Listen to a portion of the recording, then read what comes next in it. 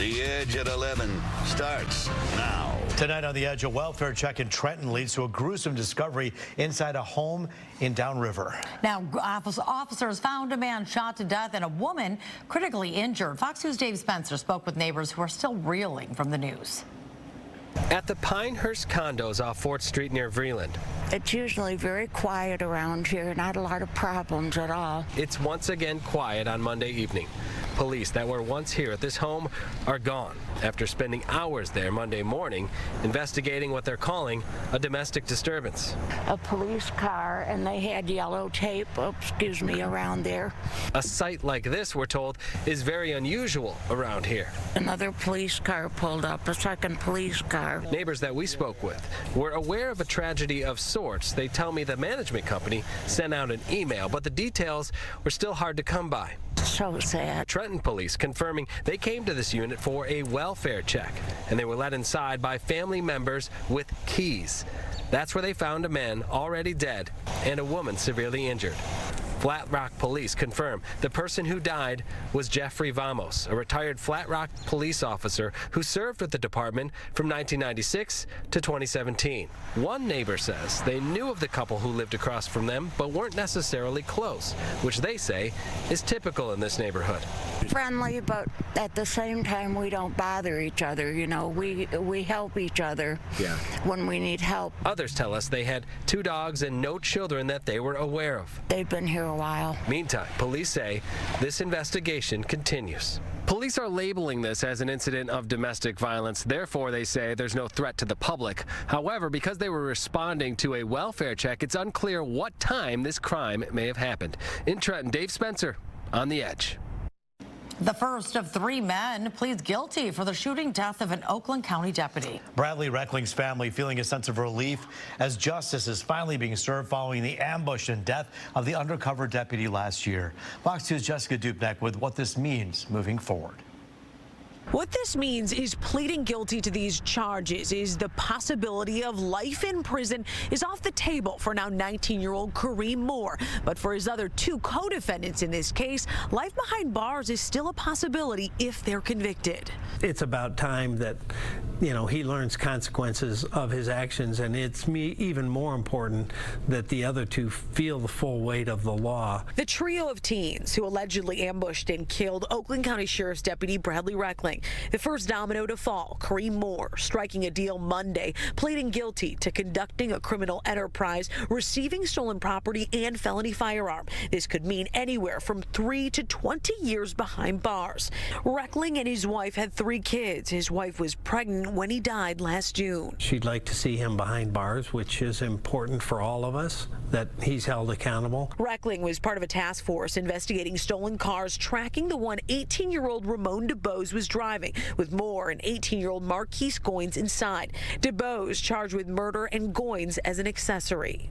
Is this something that still lingers in the hallways here, his death? Without question. I mean, he was one of those folks that touched a lot of people and was connected to a lot of people, and it has left a void that will never be filled. Moore was the only one of the 3 without an extensive criminal past. The other 2 suspected of being part of a large car theft ring, out on bail for various serious crimes at the time of the murder, adding insult to injury in this case. There were no reason for them to have been out on the street, in my opinion, at the time they murdered him. Moore has been on house arrest since he was charged. His sentencing is scheduled for May 2nd. Reporting in Pontiac, Jessica Dupneck on The Edge. I could stand on my porch and see where my son was hit. He was a good guy. And someone asked me today, do you remember what was the last thing that your son said to you? And he said, Ma, I'm going to bed. I love you. A somber anniversary for the family of Stephen Radcliffe. 5 years ago today, Radcliffe was hit and killed while walking to the store on Detroit's east side. Police have still not been able to identify the driver of this vehicle who struck Radcliffe near DeQuinder in Nevada. The day after he was killed, the state went into COVID lockdown, which his family believes hindered the police investigation. Call Crime Stoppers at 1-800-SPEAK-UP if you remember anything about that hit and run. If you give police information information that leads to an arrest, you'll receive a $5,000 reward. Detroit police are looking for information regarding the deaths of these two people, Dwayne Pinkston and also Barbara Jackson. Police say the two were found dead in a home off DeSoto Street last Tuesday. Investigators say the woman who lives in that home left for about an hour, then came back to a locked door. Once she climbed through a window, they say she found Jackson at the bottom of the basement stairs. Police later found Pinkston there as well. So far, no word on how they died. Police are hoping someone recognizes their photos and comes forward. Call DPD or Crime Stoppers at 1-800-SPEAK-UP if you know anything. More legal trouble for the Pontiac mother charged with abandoning and abusing her own children. Kelly Bryant is accused of violating a court order after she was caught trying to contact her kids by calling their caregiver several times last week. Oakland County prosecutor Karen McDonald has filed a motion to ban Bryant's communication privileges. Bryant was arrested after her 3 children were discovered in a filthy townhouse, forced to fend for themselves for years. The court ordered her not to have any contact with her kids or caregiver, but the prosecutor claims she even had other inmates call the caregiver several times. They need time to heal. They have a right, just like all victims have under the Crime Victim Rights Act, to be free of any influence or more further trauma. Bryant is being held on a $50,000 cash bond. She's facing first-degree child abuse charges and 3 counts of welfare fraud. All right, my friends, turning now to the forecast. A bit of an up and down to start the week, but Rich, we know that spring is basically here, right? And it's going to feel like we're getting there. Tomorrow and Wednesday will be noticeably warmer than what we had today. Now, we did have sunshine today, but it was still on the cool side. This is Severe Weather Awareness Week, so you got to think about the dangers with severe weather in terms of gusty winds and power outages, flash flooding, lightning, and, of course, we do get the occasional tornado. And Wednesday, this week, 1 o'clock, we're going to get those sirens going for a statewide test. So don't be surprised when you hear them. Our next storm is out here, spinning through California and Nevada. That's going to bring our next round of active weather for southeast Michigan. That'll be Wednesday night into Thursday. We are not expecting severe weather in our part of the state. How about the numbers today with all that sunshine? 46 and 28 the morning lows. So actually very close to where we should be for this time of March. There's the record, 75 on the high side. -2 way back when. Right now, a lot of us have numbers in the mid to upper 30s.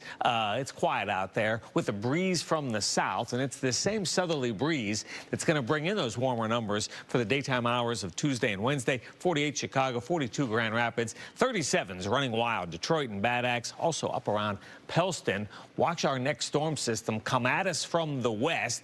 Now, this is an interesting one, not as strong as what we had back on Friday and Saturday with all the severe weather down south. It is going to turn warmer for us. There will be a few storms, mainly west of us, Wednesday evening. And look at this, a swath of snow into the UP. In fact, winter storm watches in effect for the central UP if your travel plans take you up there, especially into Wednesday. Here's that blob of severe weather, the bullseye from Chicago down along the Indiana-Illinois border to the Ohio River. So we are not included in that bullseye. For the rest of tonight, it's all quiet, cool and dry, down to 36. Tomorrow is a milder day.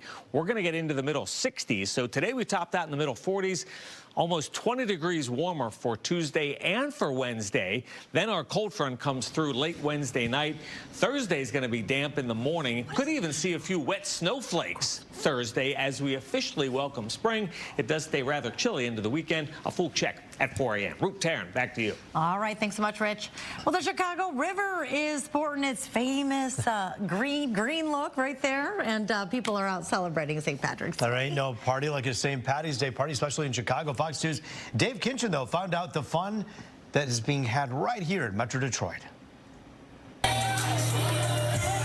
Getting down near downtown on a weeknight, call it an Irish blessing to start the week off right. We're here, having a great time in Detroit. Nick Shane's vibes are immaculate. St. Patrick's Day festivities on full display with one big nightcap going on at McShane's Bar. We're having a lot of fun. We're having our green beer, our cabbage and corned beef, and we're just enjoying ourselves. Happy St. Patty's Day. We got some pool, darts, dancing, some Irish music.